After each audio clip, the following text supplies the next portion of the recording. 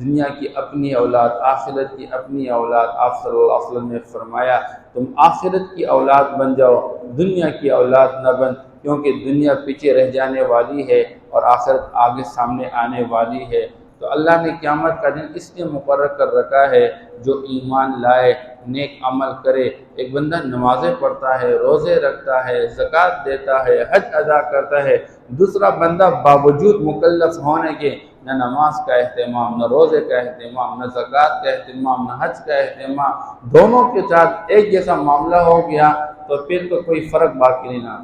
اس لیے اللہ نے ایک دن مقرر دونوں کے درمیان فیصلہ کرنے کا، تو اچھا بدلہ دیں گے ایمان والے کو، نیک عمل کرنے والے کو۔ اولئک لہم مغفرۃ، یہی لوگ ایمان والے، عمل صالح والے، ان کے لیے بخشش ہے اللہ کے ہاں، ورزق کریم، اور عمدہ روزی ہے اللہ کے ہاں۔